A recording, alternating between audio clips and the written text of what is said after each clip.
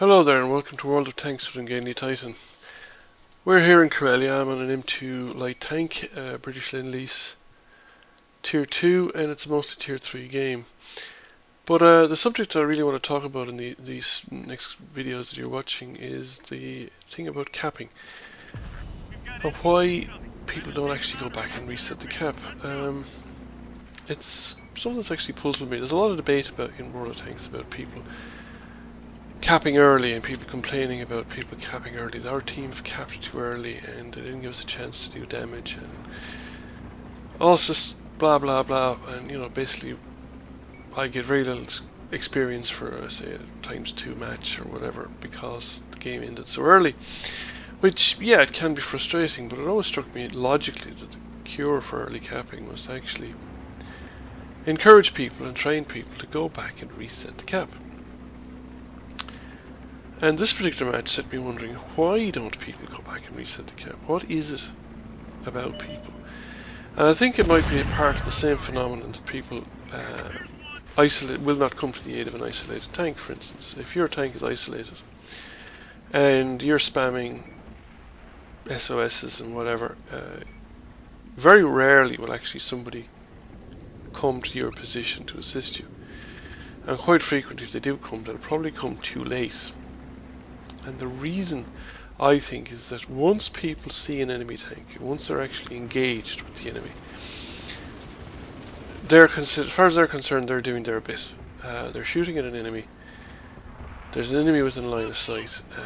He's either shooting at them and they're shooting back, or they're shooting at somebody else, and they're doing their bit. And if you're in trouble or the cap circle's about to fall, it is somebody else's problem. It's down to basically lack of doctrine, lack of effective command and control. If nobody's responsible, if everybody's responsible, basically nobody's responsible and the job doesn't get done. So I think one of the things to enable yourself to become a better player is to actually take responsibility to do jobs like that. The problem is to realise when it's happening. This of course requires paying attention to the minimap and recognising the situation that's unfolding in the minimap. Or better yet, anticipating the situation that's about to unfold. For instance, at least one of our tanks recognises the base is under threat from the forces coming along there along the southern edge of the map. But none of the defenders have relocated their position, despite the fact that the positions they're in are suboptimal for defence of the base from that direction. Probably because everybody there probably can see some enemies, and they have decided more or less to stand their ground and shoot the enemies they can, even though their position will very rapidly become either untenable. For instance, most of those tanks there are in positions that are lower ground in the base, with no cover from the direction of the base. So that's one way that people, I think, tend to react. You'll notice as well, like sometimes if you get an early spot in, everybody will charge in the direction of the first spot of tanks. So I think you're seeing a similar effect here on when it comes to capping, because in this particular instance, one of our tanks is capped. Okay, the Panzer 1C that was down here with me, and he was destroyed, obviously enough. But the enemy team, despite the fact they now outnumber our surviving team, did not respond to the presence of my tank down near the cap circle, or even the presence of my tank in the cap circle, as would be shown by the fact that they don't arrive in time to actually stop me capping, despite the fact they now heavily outnumber the remaining survivor by the edge of the lake, who is probably pinned down and unable to move anywhere. So there's no reason why 2 of the remaining 5 tanks couldn't come back to reset the cap, even if they only had to spot for artillery. But they don't do that, and they wait until the last enemy tank is destroyed. They don't actually even attempt to set a cap circle now. Yes, they've started to do that now, but it's probably too late. Even if 3 or 4 of them piled into the cap circle, it probably wouldn't be enough to catch me at this point in time. But watching the minimap and realising what's happening actually I think is one of the more difficult skills in the game, and it's one that I'm definitely trying to improve, and I don't usually or always succeed at. So still no sign of the enemy, though they must be heading to my position at this point. I'm the only one left, and I'm definitely in the cap circle.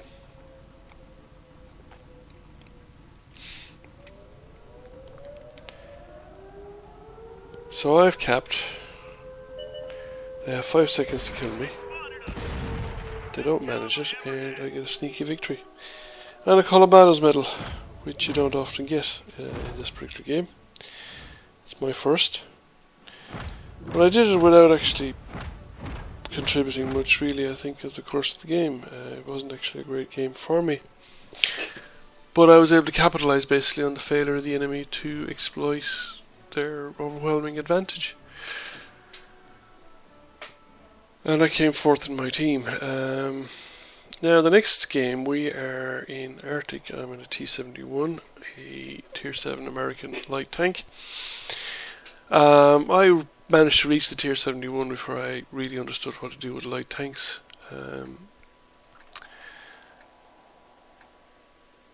It's taken me quite a while. Light tanks I think are quite difficult to play.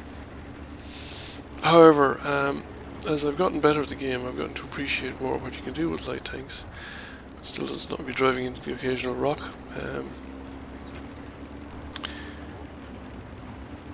So I'm heading into the centre of the map to try and get some early spotting on people moving around. I haven't played a lot of light tanks recently, and I certainly haven't played a lot of them on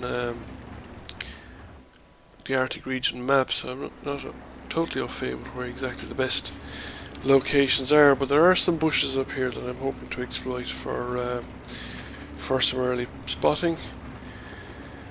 But you need a fast tank to get to locations like this. I overdrive slightly, but fortunately I'm back into cover before that T-20 appears. So I'm able to spot him, but I do not attempt even to shoot at him because that would give away my position. Now, the KV-3 I am perfectly willing to shoot at. He is got multiple layers of bushes and cover between me and him. So, and he's not got a very good view range, so he's unlikely to detect me shooting at him. So I remain here, passively trying to pick up some more spotting damage if I can manage it.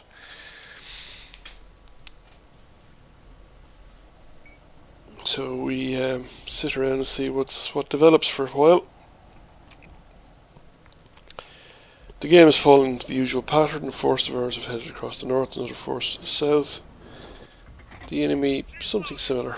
So 2 more tanks have joined into the fray here, and I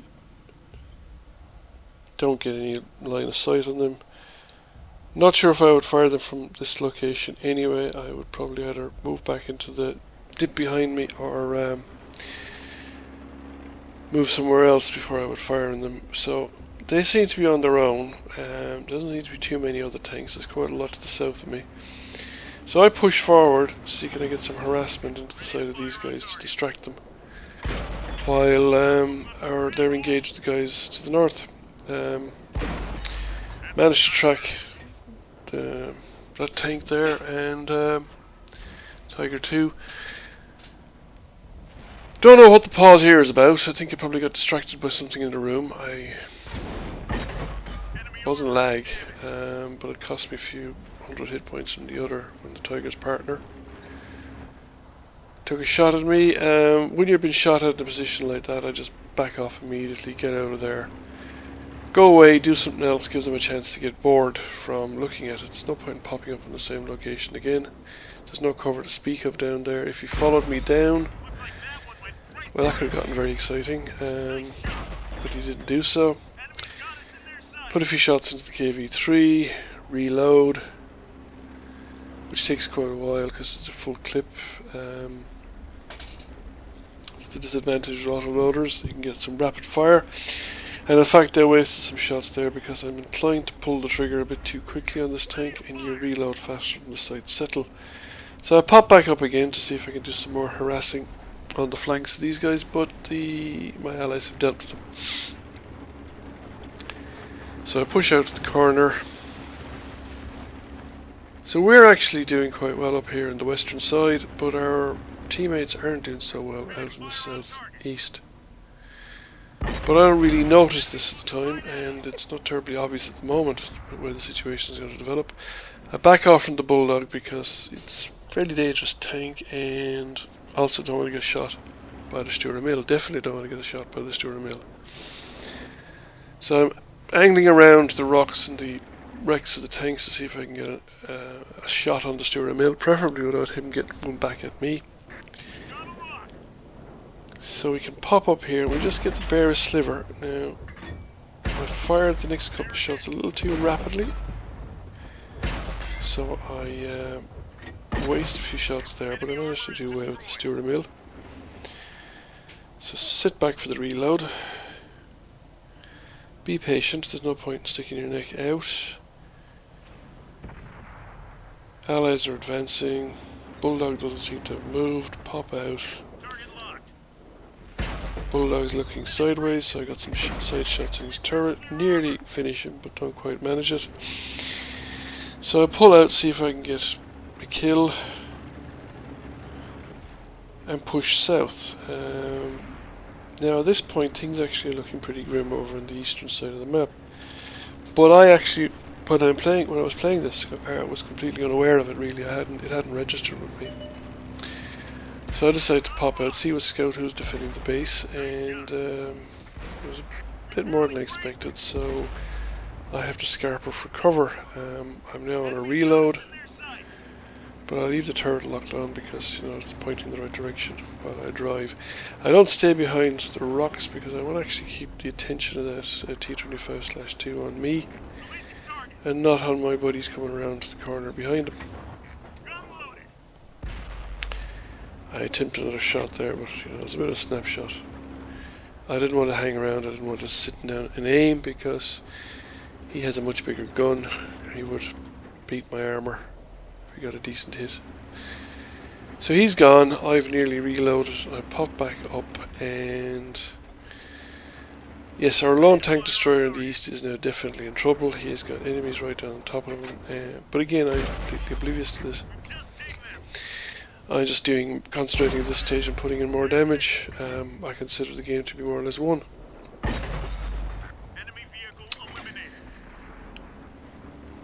And I suppose, and none of my teammates, I think, are aware of the danger either, because nobody's attempted to cap.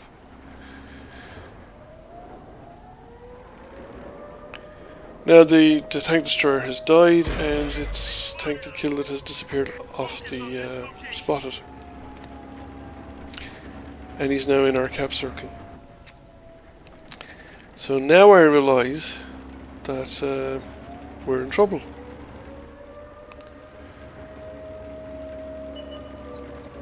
And nobody else seems to be reacting to it. I'm the furthest away. There is no actual point in going into the cap circle. One tank certainly wouldn't catch him. It would be unlikely enough if two would. I'm not sure. It didn't occur to me at the time. I decided that I was basically the fastest tank here, and that I would be the one to go for the reset. This medium here is attempting also to go for the reset, in fairness to him. But like myself, he also has realised it's too late. And at this point it's actually looking unlikely that I'll make it. The distance is still considerable. I have to get right back up to where those dragon's teeth were at the beginning in order to get line of sight on the cap circle.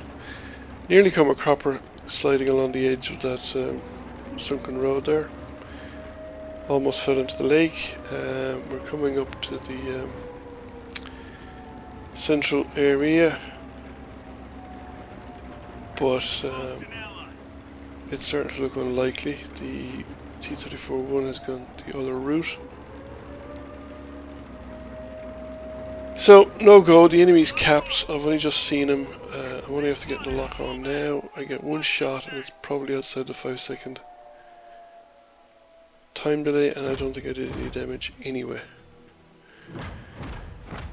But I got a really good score. Almost 2,000 points of damage from a light tank at that tier. Nearly 1,000 points of assisted damage. It's top of the table.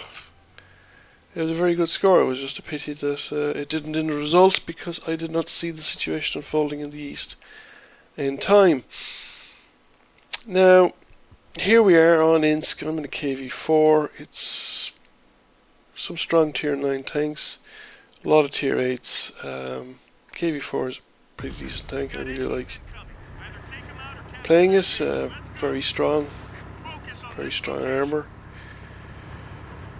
Provided you don't let people shoot at your flat surfaces square on. Mobility is a problem with it. Gun is decent for a Russian gun.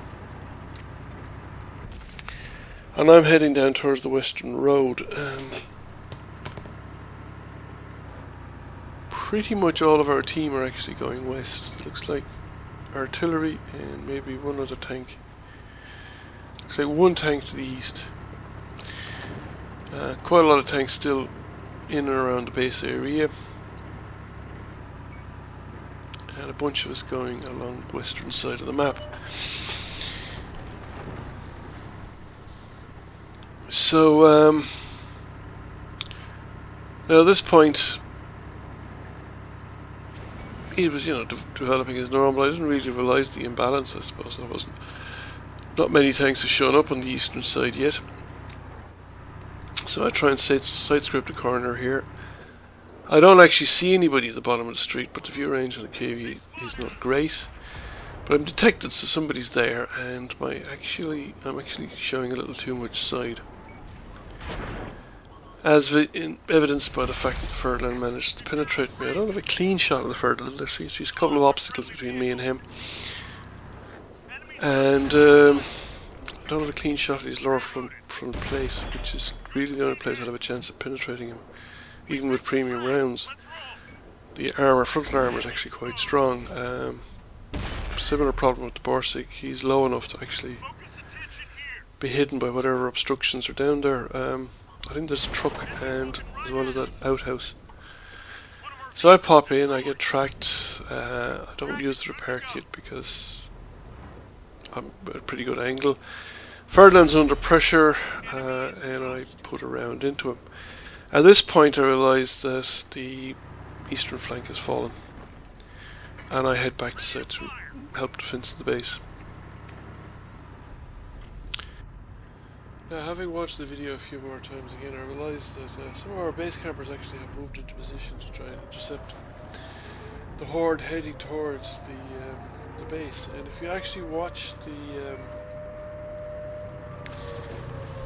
cap counter, by a combination of enemy tanks driving out of the base like an E-75, chasing artillery, some of them I think getting positions on the IS-6 and the AT-15 that are actually defending the base with me. They reset the cap a few times, and I would say that probably the IS-6 and the AT-15 get some hits in, because the cap counter actually resets a few times while I'm busy